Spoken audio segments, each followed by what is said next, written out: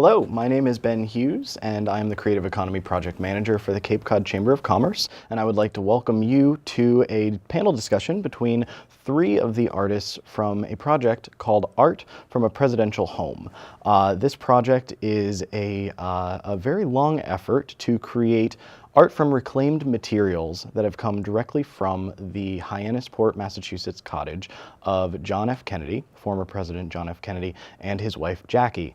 The home recently, within the last few years, was renovated and updated, and the interior materials, everything from floorboards to wallpapers to sinks to cabinets, was taken out and salvaged and kept on the Kennedy property.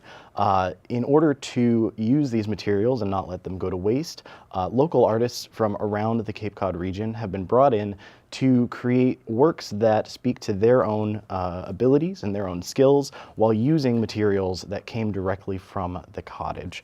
The project has about 20 or more artists at this point, and it is growing every day.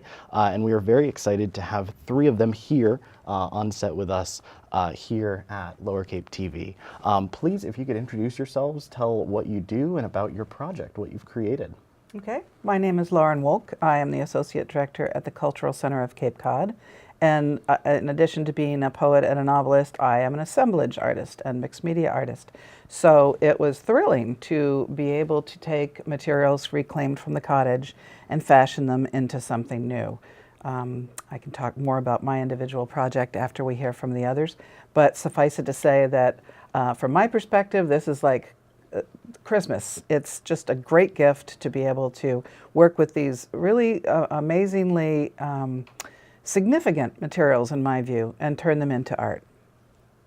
I'm Mike Wright. I'm an artist and have been making art for probably 25 years and have other reincarnations of myself over other years. I was an art teacher and worked in an art museum for a number of years, and I also am thrilled to be part of this project. First of all, it's an honor to work with materials that were lived with by JFK and Jackie Kennedy. And I have to say that those materials do have energy, and that they were a little intimidating at first, but because we want to honor the legacy of JFK and Jackie Kennedy and also present them in the most interesting way to you as well. So that's where I am currently working on a piece that's almost finished, and then hope to do a second piece as well. My name is Carl Lopes. I'm a painter and an art educator. I am recently retired from directing the art program at Barnstable High School. I've been painting for 45 years or more, and I was very excited to become involved in this project because one of the things that I wanted to do in my studio as an artist was to get a little bit more nitty-gritty with materials, and I was able to use shingles and patinaed copper and screws and things like that in my work, which I had never done before. And being a geometric artist, it was a challenge, but I think the result ended up coming out really well. So I'm very excited about this project and the future as far as showing at the Cultural Center and in other venues across Cape Cod. Yeah. And we are very fortunate that Carl has brought his piece, his signature piece as we call them, along with him today, and it is next to him, and it is, in my opinion, quite stunning. Carl, could you, I know that we'll go through and speak about each of our pieces, but since we have this on display, can you speak to the way that you incorporated reclaimed materials into something that is very you? It is completely your work. Sure. Well, every artist has their own signature approach, and our personalities always come out through our work. And I'm a geometric artist, but recently, over the last 7 years, I've been very interested in African design and motifs, doing a lot with restudies of ancient African masks, but I also have done a lot with wildlife, birds and also fish, but I also incorporate African patterns and African designs into the scales and into the feathers. And with the Kennedy project, what I decided on was to use a bald eagle because I wanted to stay with the the bird motif, and I figured it showed strength and stability, and I was able to incorporate patterns and designs into the wings also. And of course, being patriotic in terms of the Kennedy legacy, I also wanted to incorporate the American flag in there too. So this piece is actually cut out of a large 4x4 sheet of plywood, 3/4-inch plywood, cabinet grade, so it doesn't warp. And I was able to select materials like right here you would see shingles from the outside of the house. Yes. Worn, weathered cedar shingles that run through the entire piece. And I also used aluminum that was cut from a vent, a circular vent that came off of the roof of I the remember. house that was renovated. And I had to cut that up with a heavy-duty tin shears. And the shingles were cut actually with a bandsaw. After the patterns were drawn, I had to go to the bandsaw, cut them all out, sand them, drill holes in them, and then screw them down. And I allowed the screws to show as part of the pattern. And I also, for the claws, used a copper patinaed lamp that was next to an exterior door. Okay, And that, yeah. again, was cut out with tin shears, and holes were drilled, and it was screwed in. But like the rest of my work, I also paint into it with acrylic paints and airbrush, and use cast shadows, and I also incorporate holographic papers, which is just a fancy name for gift bags. Yeah. So the red that you see in the flag and a lot of the silver that you see in the wings of the bird come from the holographic papers also. Great. And then in the end, the whole thing is coated with a poly resin, the same materials they put on bars and countertops in restaurants. And I lay it out flat on my studio table, do the pour, and then I actually have to, because it's mixed together with a two-part mixture, it's cloudy, there's air in there. So I use a blowtorch like a plumber would use to sweat pipes, and that just heats the surface just enough to get the bubbles to the surface so that they kind of disappear. And it becomes very clear, just like liquid glass. And then I have to let that cure in my studio for about 3 or 4 days until it's solid. So everything is sealed in, and it gives it a nice glisten and a nice shine that when it's in a studio gallery and it's well lit, it really pops. It does. It's a stunning piece. Thank you. You spoke to your inspiration about choosing the eagle and seeing that would be a strong patriotic but also symbolic message. Are there things in your pieces, Mike and Lauren, that you found inspiration from as far as symbolism or as far as ways that you approached your piece from the inspiration that you derived from those materials? Well, I'll start Sure. if I can. I'll just kind of give you a quick visual of what I'm working on. I have a column that's approximately 4.5 feet high that was taken from someplace inside the house. And so the paint is peeling, and I only work with found painted wood anyway, because there's a history level to it and a cultural level, as well as the interest I put into it. But this column, I have decided to stencil around the top right above the, or right below the base of the top. JFK's, some of his most accomplished pieces of work, the titles like Project Apollo or the Cape Cod National Seashore. I also have his dates stenciled.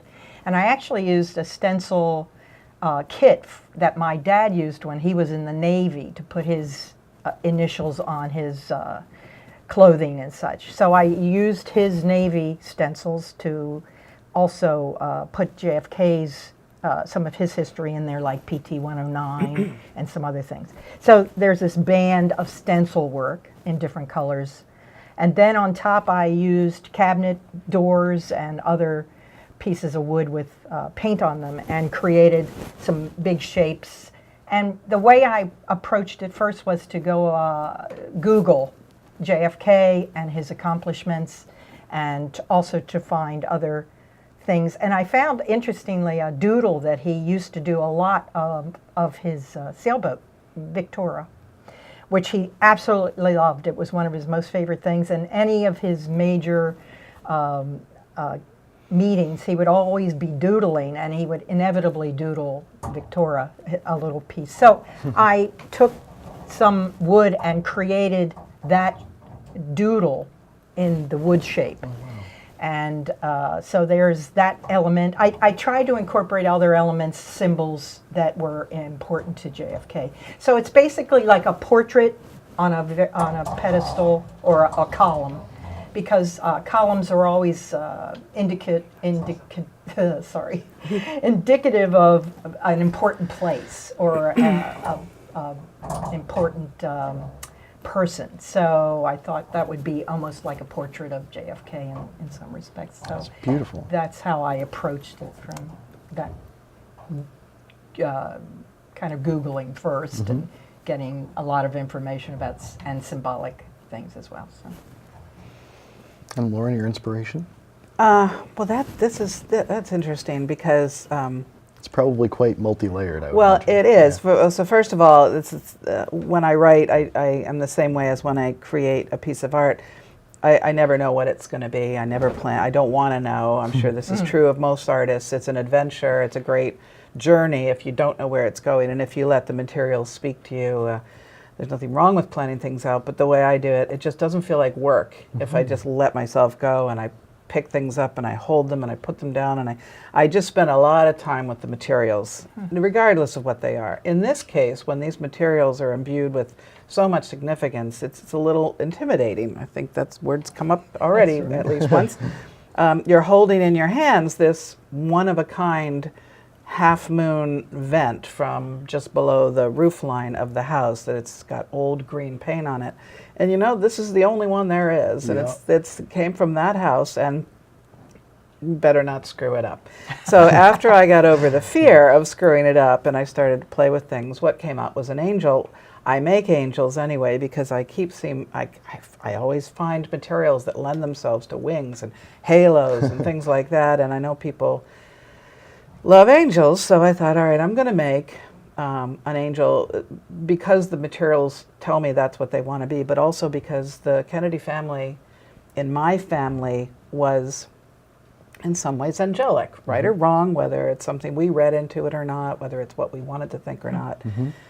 The Kennedy family was very dear to mine, and in fact, my first really strong memory when I was 4 and in the hospital with severe burns was my mother coming in the room weeping and just kneeling on the floor and crying because on her way to the hospital she heard that JFK had been assassinated, and all the nurses crying, and you know, that stays with a child. Yes. And my whole life I've been trying to convey that sorrow. When John died in the plane crash, I wept like a baby because it seemed like every time I turned around a Kennedy was dying too young. And so an angel seemed appropriate. I used a half column from the Widow's Walk that had a flat back as the body, and then I used balusters from the Widow's Walk, which were made of fur, and beautiful fur, to fashion into some other things. The base of the Widow's Walk made part of the wings, and I decided it should also be a symbol of liberty, so I gave her a spiky crown made out of shards of shingles, and I gave her a halo made out of shingles. And then I took discs I had cut out of a piece of board from, I think, Carolyn's bedroom. It had little rosebuds still on it, just to adorn the halo. So it all just seemed to work together well, and to convey how I feel about the Kennedys on a very personal level. And it was a labor of love, let's put it that way. So you each spoke to these materials came not only from the cottage, but they had an age to them when you received them. They all had been worn and weathered, whether they were exterior or interior. They all had some level of cracking or peeling or something like that. And so to that end, it makes sense that this renovation would happen, but that these materials, the fact that they were saved and that someone was able to have that insight that they're not just cracked and chipped pieces of wood, they are something with a provenance. Did you find that as you were creating, and you can each speak to this because you each have different styles and different methods, did you find that as you were creating that you had a balance or had any sort of difficulty or had to work your way through creating something that was something entirely yours yet still preserved that aspect of being from the home? Is there anything that, visually you made sure of, or that you tried to strive to keep some visibility of the original materials? I think I felt that I was working with materials that were special. And the word intimidation came up. I didn't really feel intimidated, but I felt a spiritual level that I might not feel from other sources. I don't want to interrupt you, but I remember speaking with you in your studio, and you said that you were considering the project originally, and that someone had said to you, when are you ever going to get these materials again? When are you ever going to have That this was my opportunity?" daughter. Yeah. Yeah, she said, Dad, you really should do this project, because how many artists are in the situation or are given the the right to go onto the Kennedy property and go through the storage of these materials and to select what you could use in your artwork. Yes. And she said, it's special. And I said, you're absolutely right. And of course, right then and there, my decision was made to be a big part of this project. But in handling these materials, I felt like I had something special. I think I even said to my daughter at one point, I said, the Kennedy's DNA is in my studio. Yeah, it's all over these Literally. pieces. Yeah, yeah. It is. I mean, we were looking at wallpaper that came out of Jackie and John's bedroom, and different things that were in medicine cabinets and things like that. We were able to sort through those things and pick out materials. And in my mind, growing up as a child in the 60s, I kept remembering John F. Kennedy as the president, and all the different things that he stood for, and got off the ground, including a Man on the Moon, the beginning of a presidency backing the theory of civil rights, and getting that off the ground. There were a lot of things that meant a lot to me growing up that we benefit from now, that went through my mind as I was working with these materials. Great. And to just add what I wanted to hold on to, obviously the paint is always important to me, because I love the way old painted wood looks if it's been lived with or walked on or opened many, many times, if it's a cabinet. And I did save in one piece that I cut. I let the handle from the cabinet stay and one of the hinges, so that it's obvious it was probably a cabinet door in some respect. So, and besides that, luckily, whenever I've made cuts to this old wood, the paint stayed. I mean, it chipped a wee bit, but it didn't come off in large hunks. So I feel like it wants to be on there, Yes, and wants to show what it was in some form or another, so that I can have that layer of culture, that history. I almost sometimes feel like I'm an archaeologist when I'm picking those materials to potentially work with. And I chose a lot of things, and like Lauren said, she just sat with them and waited for them to say, "Hey, use me. I want to be part of this curve," or "I want you to use this part for a house structure that I created that's also on this portrait piece." So yeah, that's kind of where I go with things. Just let it lead me. Yeah. Yep, absolutely. I remember having a conversation with John Kennedy while I was approaching with my chisel and my saw, apologizing, and then saying, "But I know you wouldn't have wanted all this burned. I know you wouldn't have wanted to have this discarded. I know how you felt about art. You're Yes. a great champion of the arts." Absolutely. There's this wonderful quote about how he's saying it is up to the artist to do what he or she really wants to with materials. That is the essence of freedom of expression. And so I thought, okay, well, he'd be somewhere is That's saying, a blessing. go for it. Yeah. Yeah. I felt about these materials the way I think some Native Americans felt when you kill a deer, you eat every part of it. Yes. You know, okay. you don't waste anything. Yeah. And so I remember trying to use the original nails from the cottage and failing in some cases because they just weren't up to the job. That wood is still so hard. It's very, you know, metaphoric, symbolic that these materials have survived some pretty brutal conditions. They are still strong. Absolutely. They are still relevant. They are in many ways better than what we have now. In fact, pretty much in all ways. There were I some would pieces say. of wood I have seen with rings that are hundreds of years old Wow. of these pieces of pine that have It- been cut. Yes, Yes. the word legacy kept coming up over and over in our discussions. While I was working, I was thinking these are legacy pieces. This is art, and it's also history. It's archaeology. It's all these things, and it is mine, and it is theirs, and it is everybody's, and so I ended up really loving this angel, thinking everything in her, except for a few nails, is from the cottage, except for a piece of wire I used as a veil on the face.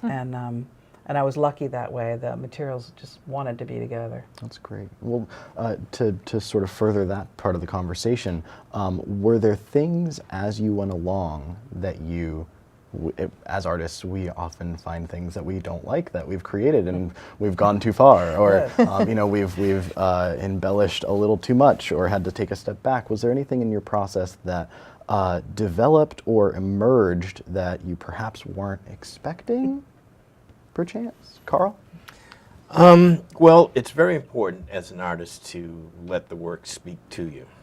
You know, and for many years when I was younger, I didn't quite believe it. I thought, well, you know, I'm in control. I'm going to just plan this whole thing, and I know what I want.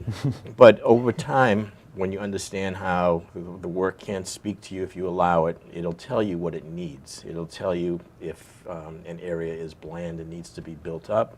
It'll tell you if a color needs to be changed. It'll tell you if it needs a little bit more of a three-dimensional look.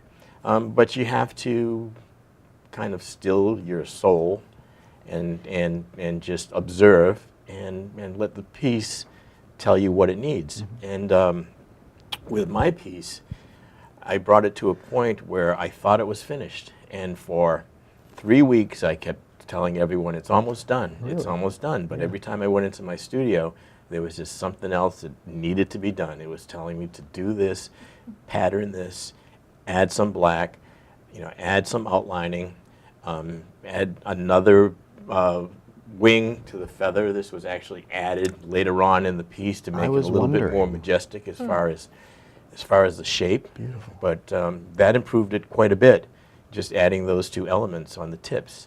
So in allowing the work to speak to you, eventually I reached a point where it was telling me that it needed nothing else. And that's when I know that it's done. That's beautiful. Yeah. That really is a great way to say it. Yep. Yeah. Mike, how did you know along? I know that you're still I'm still nearing, not quite there, nearing not quite completion. finished. Yeah. That's right. And nothing wrong with that. But you know? but I have taken away things and put something else in its place, rearranged constantly. So you're absolutely right. You have to be open and not a control freak with your piece. You have to be open to happy accidents or things out of your control, in effect. And that's what makes a really interesting piece, I think, is when you don't try and impose your will on it, but rather step back and let it tell you what it wants to be. So that's why mine's taking a wee bit longer than I projected it would, but I think as a result it's more interesting to me. And if it's interesting to me, I'm thinking it's going to be interesting to the public. Yes. So so that's kind of where I am with mine. Still have a few tweaks and it'll be there. I went through a similar process. It was I thought it was just about done, and I felt it just needed another layer. Adding the crown, as in the Statue of Liberty, the Yes. veil over her face to accentuate the sorrow of it, really got it almost there. And then one day I was at the antique market on 6A and found, just very coincidentally, a little pile of I think they were called memory cards of the Kennedys, little black and white, like baseball cards. Oh, wow. And I thought, oh, I have to have these. So I bought 20 of them and went home and transferred them onto wax paper on my printer and then transferred them back onto the body of the angel. You can barely see them. I wanted it to be very subtle. But once you do, Just they're once really you see them, you go, striking, yeah. wow, there they are in the sailboat. Wow, there are the kids. Mm-hmm. And it was just that little subtle reference to the actual human beings that made me sure it was done. And you had also gone on to do 2 more pieces, Well, yeah. which is another level of this creative process. you Well, know. I had all these leftover shingles, and so I just made what I called the Camelot Sea Star, which is just a big wreath of shingles. And in the center is a broken candlestick holder that must have been out on the deck, all rusty. And then I took a window and just put in some of my favorite quotes and a couple of images that were in the public domain, not thinking it would go anywhere. In fact, I took a spatula, and scraped it off 3 or 4 times, started again.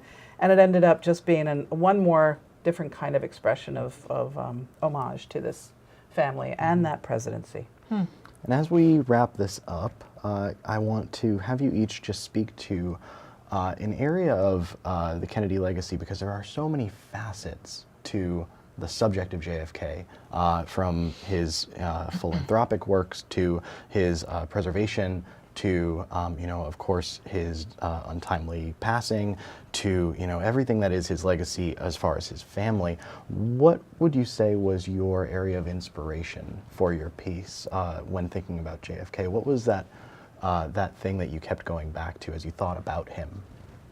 Carl? What I kept going back to was John F. Kennedy's courage. I think he was a president that was able to, stand up to other powers that were happening at the time in the country, and to make rational decisions on directions to go in. And I thought of him as being a very courageous person. And the entire family is being courageous, since they've gone through a lot of the hardships that they've gone through with, the different untimely deaths that have happened. So I actually titled my piece, Spirit of Courage.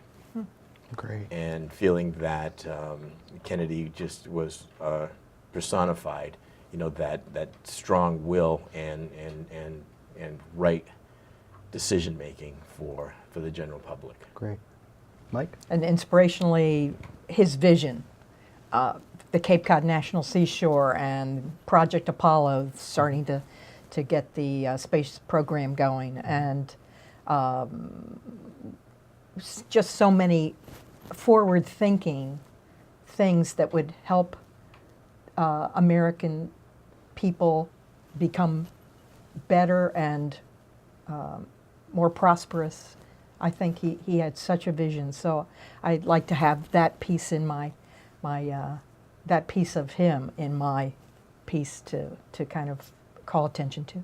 Sure. And Lauren? Way too many, but peace, justice, global vision. He never had a chance to finish the work he started. He was up against a lot of really tough things. The whole family was.